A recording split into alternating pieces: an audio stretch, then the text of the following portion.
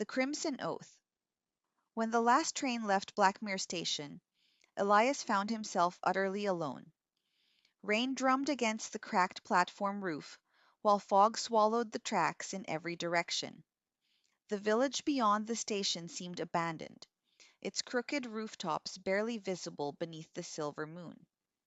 He had come searching for his missing sister, whose final letter contained only 5 chilling words: "He waits beneath the red moon." The locals refused to speak of the ancient manor overlooking the cliffs. Those who heard its name crossed themselves and hurried away. Ravenhall. Ignoring every warning, Elias climbed the winding road through dead forests, where ravens watched silently from skeletal branches. At the summit stood the mansion, impossibly vast, its black stone untouched by time. Hundreds of candles burned behind stained glass windows, despite the house appearing deserted. The front doors opened before he could knock. Inside waited a woman dressed in crimson velvet. "I have been expecting you," she said. Her voice was elegant, musical, and strangely familiar. "I don't know you." "No," she replied with a faint smile, "but my master knows you." She guided him through endless halls lined with portraits whose painted eyes seemed to follow every step. Dust coated nothing. Every silver candlestick gleamed as though polished moments before. At the heart of the manor lay a ballroom where moonlight poured through enormous windows. A lone figure stood beside a grand piano. Tall, pale, impossibly beautiful. His black hair framed a face untouched by age. His crimson eyes reflected the candlelight like burning rubies. "Elias?"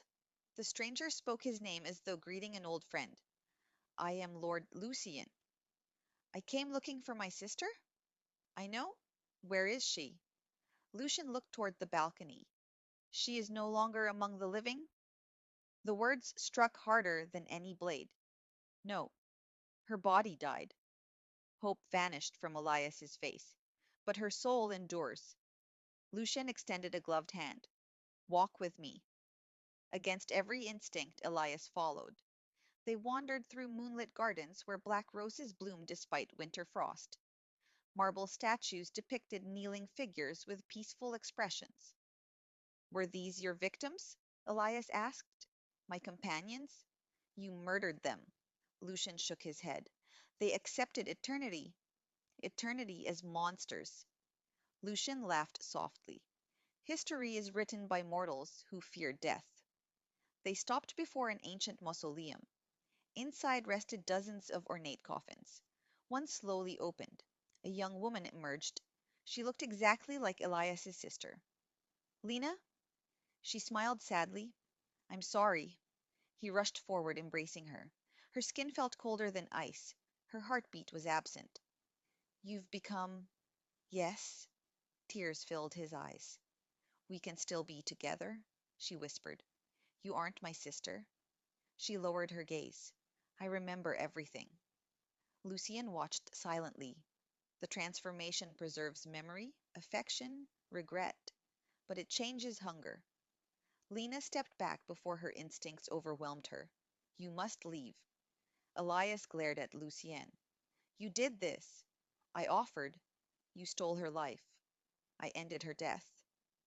The distinction meant nothing. Elias fled the mausoleum. He searched desperately for an exit, but every corridor led somewhere impossible. Doors returned him to rooms he had already left. Staircases twisted into unfamiliar wings. The manor itself seemed alive. By dawn, exhaustion overcame him. He collapsed inside the manor library. When he awoke, Lucien sat opposite him, reading from a leather-bound book centuries old. "You cannot escape." "What have you done?" "The house refuses those who carry my mark." "My mark?" Lucien pointed toward Elias's neck. Two tiny crimson dots had appeared below his jaw. "I never bit you?" "No." Lucien smiled. "The house chose you." The following nights blurred together. Food appeared whenever Elias grew hungry. Fresh clothes replaced torn ones. Invisible servants maintained every room, yet no path led beyond the estate. Lucien visited often. They debated philosophy, mortality, and grief. Days became weeks. Hatred slowly transformed into reluctant fascination. Lucien spoke of forgotten kingdoms, lost civilizations, artists whose masterpieces had turned to dust, while he alone remembered their true colors. Immortality had become an endless procession of funerals. I have buried everyone, Lucian confessed one evening. Friends, lovers, enemies, even hope. For the first time, Elias saw loneliness beneath the vampire's flawless composure. You could end it. Lucien looked toward the stars. I have tried. No weapon could kill him. Fire refused to consume him. Sunlight wounded but never destroyed him. Even the sea returned him to shore. His immortality had become a prison.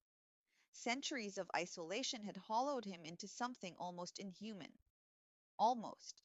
Despite himself, Elias pitied him. That frightened him more than anything. One storm-filled night, monstrous creatures emerged from the surrounding forest. Not vampires, something older, things of bone, shadow, and endless hunger. They assaulted Ravenhall's walls with impossible strength. Lucien ordered every undead servant to defend the estate.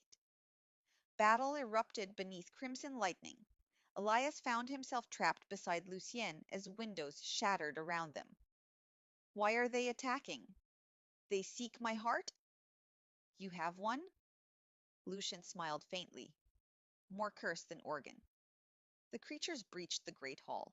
Lucian fought with terrifying speed, reducing monsters to ash with ancient steel. Still they came. One beast struck Elias across the room. Broken ribs stole his breath. Another raised claws to finish him. Lucien appeared between them. The vampire shielded Elias, taking wounds that poured black blood across the marble floor. You would die for me? Elias whispered. Lucien's expression softened. I have lived too long not to recognize someone worth saving. The final monster drove a spear of silver through Lucien's chest. He staggered. The creatures retreated immediately. Their mission complete. Lucien collapsed. His immortal body began turning to ash. Lena knelt beside him, weeping. There is one way, she whispered. No, Lucien answered. I forbid it. Elias understood before anyone spoke. The curse could pass. Someone else could bear eternity. Lucien reached toward him. Leave. Live. Forget me. Instead, Elias lifted the silver spear from Lucian's chest. If your curse ends, it becomes yours? I know. Lucian's voice trembled for the first time in centuries. I will not condemn you. You didn't ask to carry this alone. Elias drove the spear into his own heart. Pain vanished instantly. Darkness flooded his vision. Then came thirst, endless, terrible.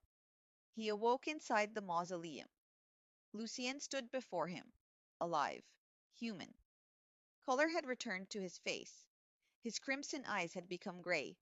The curse had left him. It should have been impossible, Lucien whispered.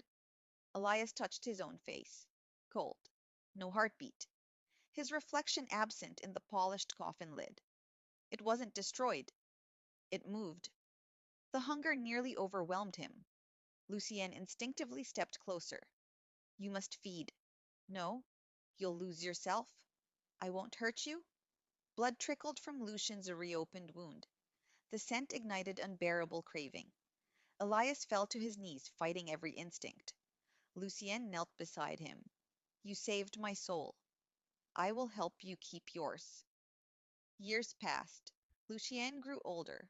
Slowly, naturally, gray touched his hair. Lines appeared beside his eyes. Elias never aged. He remained forever suspended between life and death. Together they restored Ravenhall, not as a prison, but as a sanctuary for those cursed by darkness. Yet every sunrise reminded Elias what he had surrendered. Every heartbeat he heard belonged to someone else. Every mirror reflected only emptiness. When Lucian finally reached the end of his mortal life decades later, he returned to the garden where black roses first bloomed before them. "I feared eternity," he said quietly, "but I never feared spending time with you." He died with peace in his eyes.